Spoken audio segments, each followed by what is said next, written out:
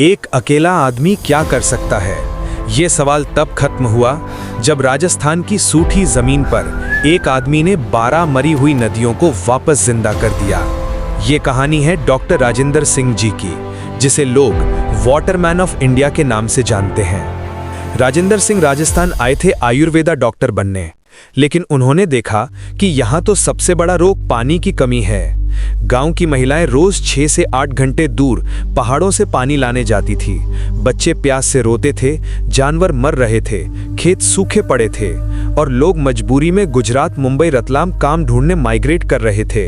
तब उन्होंने फैसला किया, जहां पानी की तकलीफ सबसे ज्यादा है वहीं मेरा काम शुरू होगा। लेकिन लोगों का विश्वास उन पर नहीं था। तो लोगों ने तरह तरह की शंकाएं जाहिर की कि ये क्यों आए हैं और ये क्या करेंगे। दूसरी बात, आप अदरवाइज बता दीजिए कि ये यूपी से थे और यूपी स्टेट उस समय है उस तरीके का, उसकी कहाँ से मेजर थी नहीं, तो ये थे कि तो यूपी के लोग हैं, पता नहीं क्या करेंगे। पर माँ का तो बिल्कुल ही विश्वास को छो। अब जैसे थे अगर अब ठीक है मैं ये काम करूँगा, ये काम करूँगा, मैं थार विश्वास कहीं कर लूँ मैं यार, पता नहीं यार अपने को यहाँ बिल्कुल ऐसे बर्बाद कर चले जाएंगे। फिर भी वो कोशिश करते रहे। फाइनली राजेंद्र सिंह ने गांव वालों को साथ मिलकर जोहड़ यानी मिट्टी के तालाब बनाने के लिए मोटिवेट किया।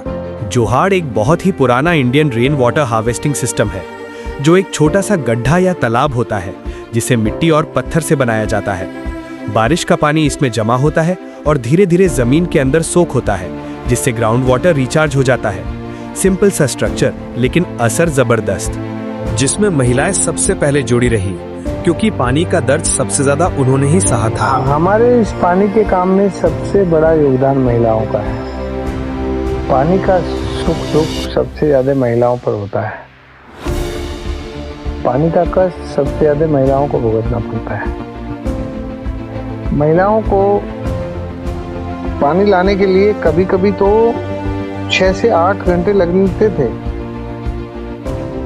एक गांव है क्रासका की महिलाएं पीने का पानी आलबुआल से आती थी लेने 9 किलोमीटर।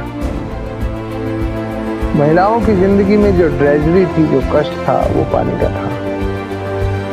तो जब महिलाओं को ये लगने लगा कि इस पानी के काम से हमारा कष्ट कम होता है, तो सबसे ज्यादा तेजी से महिलाएं पानी के काम के लिए आगे आई और उन्होंने साइट सिलेक्शन से लेके जल संरचनाओं के निर्माण करने तक सब लेवल पे उन्होंने योगदान दिया, सब लेवल पे उन्होंने काम किया।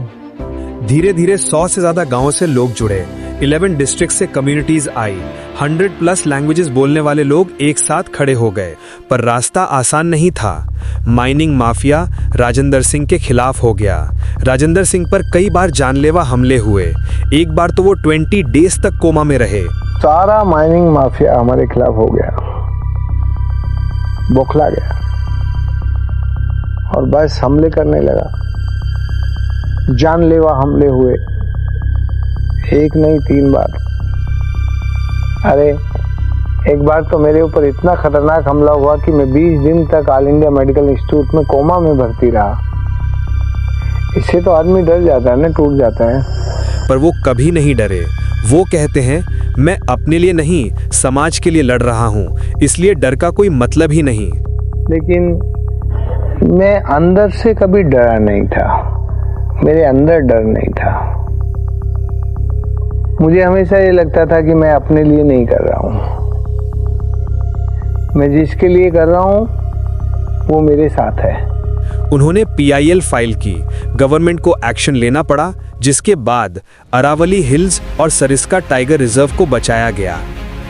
फिर बदलाव शुरू हुआ, वाटर टेबल बढ़ने लगा, तालाब और जोहड़ पानी रोकने लगे, फसल बढ़ गई, बच्चों को पानी मिला जो अब उनके गांव में था। शहर गए नौजवान वापस गांव लौट आए, हरियाली वापस आ गई। गांव वाले कहते हैं, पहले पानी आता था और निकल जाता था, अब पानी रुकता है। पहले साहब ये बाढ़ थी, ऐसे पानी आता था निकल जाता, पानी आता था निकल जाता ना। पहले कुछ नहीं था हमारे घर, ऐसे ही था। उबड़ खाबड़ पानी की पीवा के लिए व्यवस्था नहीं थी हमारे लिए, अतरी तगड़ी समस्या।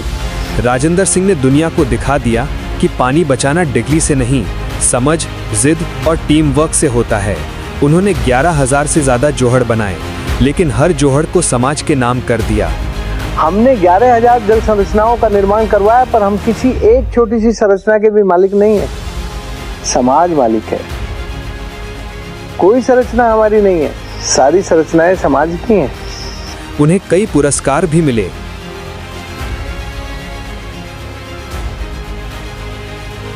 राजेंद्र सिंह आज भी कहते हैं कि जिंदगी का बाकी हिस्सा मैं पानी और प्रकृति को देने वाला हूं। हमारी जिंदगी का जो अब और बाकी समय है, हमें यही करना है।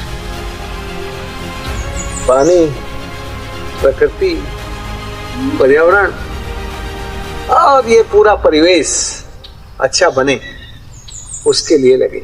यह हमारा असली भारत, जहां बदलाव सरकारी फाइल से नहीं, लोगों के दिल से शुरू होता है। जहां एक आदमी का जुनून पूरी जमीन की तकदीर बदल देता है। अगर आप भी असली भारत देखना चाहते हो तो सिर्फ वीडियोस मत देखो, अपने आसपास पानी, मिट्टी, पेड़ और लोगों के लिए एक छोटा कदम जरूर उठाओ, क्योंकि असली भारत तभी बनेगा जब हम सब मिलकर इस मिट्टी का हक चुकाएंगे।